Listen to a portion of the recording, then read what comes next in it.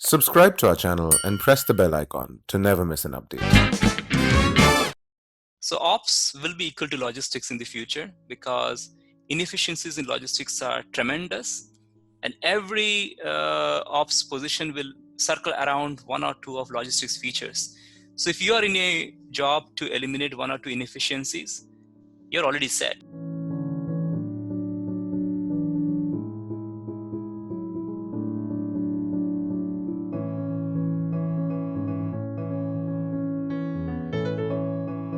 Going beyond trucking and saying how the supply chain setup is in India, what are the three things that you think the government has done or can do to relax certain issues around the supply chain in India? Overall, I think supply chain is getting transformed in India as well.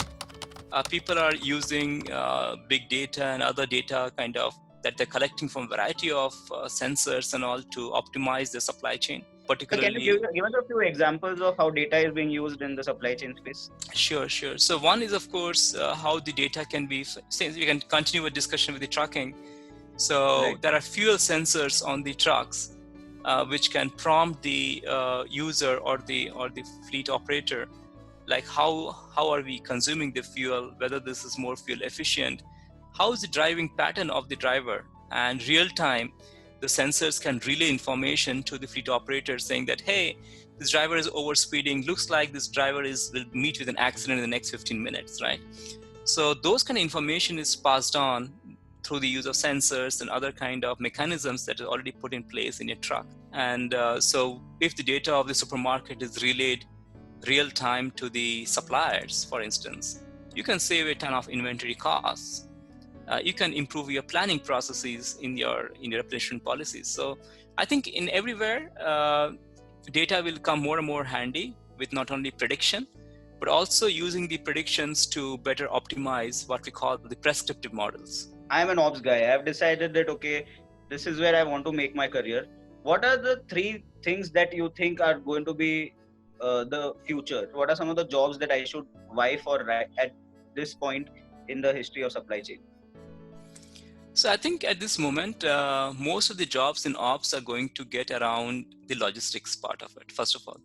So you talk about the new disruptions that happened, either it is Uber or it is Swiggy or it is any kind of Uber Eats. These are the big disruptions that is happening today, and all are surrounded around logistics. So ops will be equal to logistics in the future because inefficiencies in logistics are tremendous, and every ops position will circle around one or two of logistics features.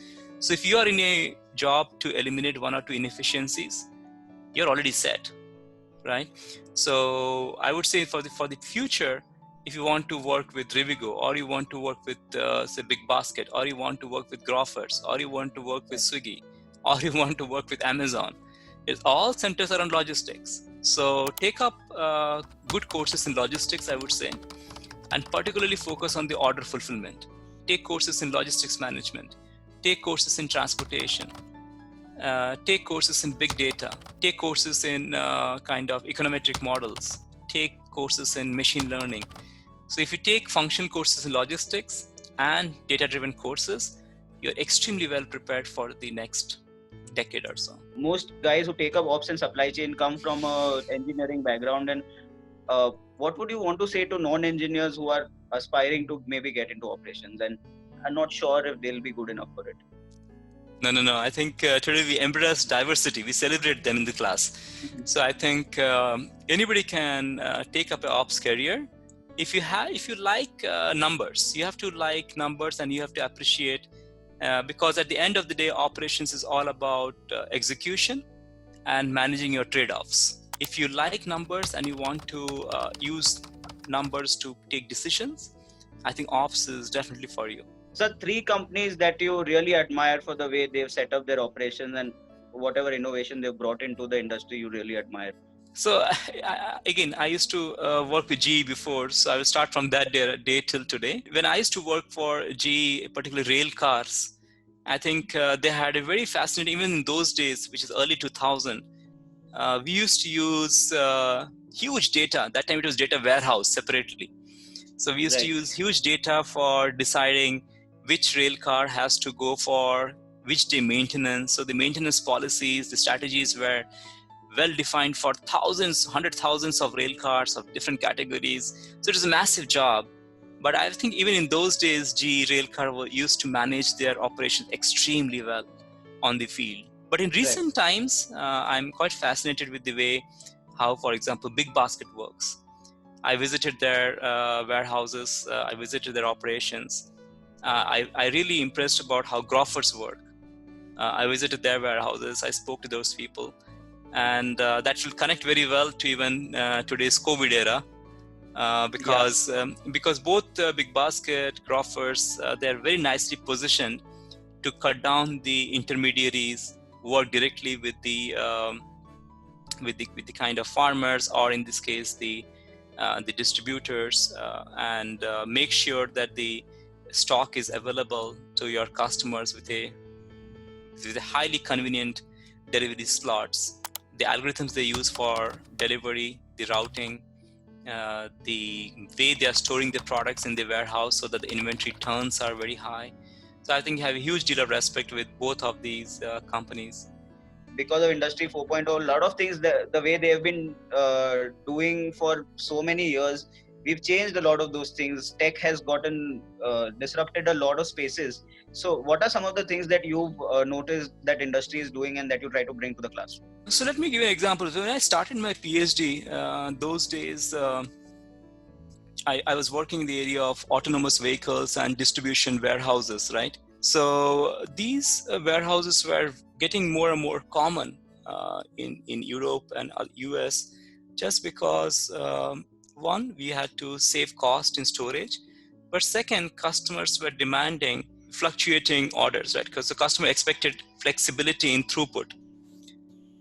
So that was the kind of expectations because of which a lot of people were looking into autonomous vehicles and automated distribution centers. And in India, we didn't, I think in 2012, the most common word was go down. We still didn't call them warehouses, right? And I realized that India, we need professional practices in warehouse. We need the scientific management principles.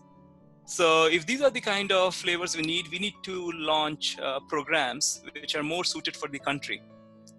So we started programs on warehouse design and management. I coordinated that for last 10 editions and it's still going strong. So what I was saying is that my PhD had a very good kind of connection with the courses that I started offering at IIM A. Right. And then I also started offering courses in logistics. And in logistics, we have two broad areas. The intra and the external logistics. And both are coming nicely together, especially when we talk about e-commerce, right? And many of the jobs our students take in operations are in e-commerce, either in Amazon, Flipkart, or some other e-commerce related projects. You said that e-commerce has been the driving factor why the warehousing processes have gotten tighter, more efficient. Can you give me examples, like real world examples of how e-commerce has impacted just how warehousing is done today? Sure. Especially in the e-commerce, you have to, first there has to be very stringent quality checks because your products that you send to the customer should meet their standards. So I think most of the e-commerce warehouses have a very stringent quality check for the incoming products, which is getting again more and more robust on the way.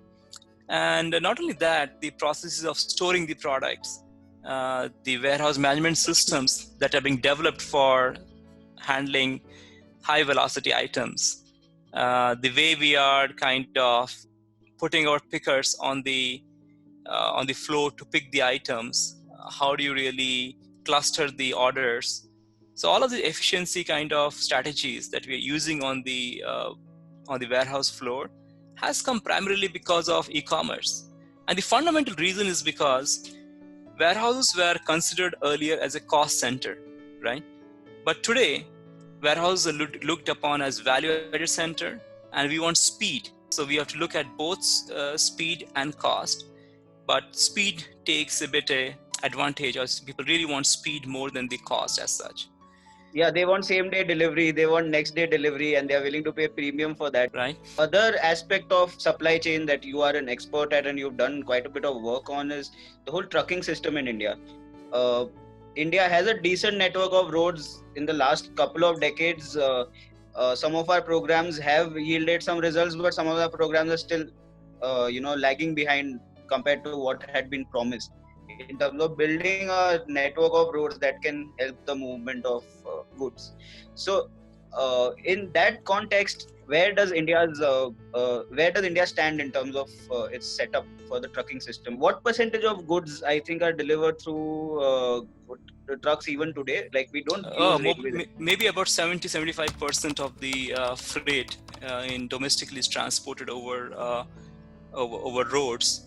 And it's a very interesting question. I've been studying this road sector, the trucking sector, for about maybe 7-8 years so far. And more I study, I can feel the requirement of having a strong kind of mechanism to qualify as a fleet operator. So if let us ramp this up. So if you think about the whole ecosystem of a trucking, right? You start from multiple suppliers to your manufacturer, and then you have the trucks sent to the dealer network, and from the dealer network it goes to the fleet operators. But there are many other parties that support this whole ecosystem, like the body shops, the workshops, and other supporting spare parts and all. These all matter when you design the whole trucking supply chain. But the challenges lie today is that the pricing of the fleet operators really undercuts each other. So if somebody's offering, say, 10 rupees per kilometer, somebody can easily enter by saying, I'll offer it in 7 rupees per kilometer, right? And the client immediately grabs that opportunity. So I think what India desperately needs today is more of a certification processes for the fleet operators. What India is doing exceptionally well is in the emissions part of it. So I think introducing the BS6 now will also help in that particular dimension. And in India, it's harder to sell trucks because the OEMs find it hard to estimate the replacement demand. Once we buy a truck, we use it for not only 5 years, 10 years, 15 years, 20 years, we keep on using it, right? So if you think about such old polluting vehicles on the roads, they're defying the purpose of the emission norms. And what is again government doing very, very appropriately is introducing the vehicle scrappage policies. So as we talk, the government is also establishing different scrappage centers, right? Guess me, this is not just the issue with India. Even in the Europe or US, they're grappling with the driver shortage. In India, we have, I think, for every truck, only like half of a driver, right?